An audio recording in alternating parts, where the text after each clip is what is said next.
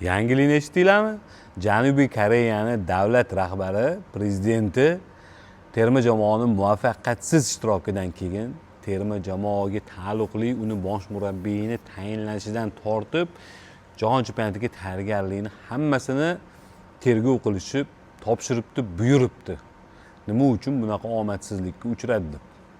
Ikkinchisi bo'lsa Saudiya Arabistonini ham muvaffaqiyatsiz ishtirokidan keyin chiqib ketgandan keyin guruh bosqichidan ularni ham futbol assotsiatsiyasi prezidenti o'z lavozimini o'z xohishi bilan ishdan ketibdi va u yoqda ham ozgina ATT ishlari bo'lib o'tibdi va bo'lib o'tayotgan ekan. Nima uchun shuncha milliardlab investitsiyadan keyin baribir biz omadsiz ishtirok etdik deb.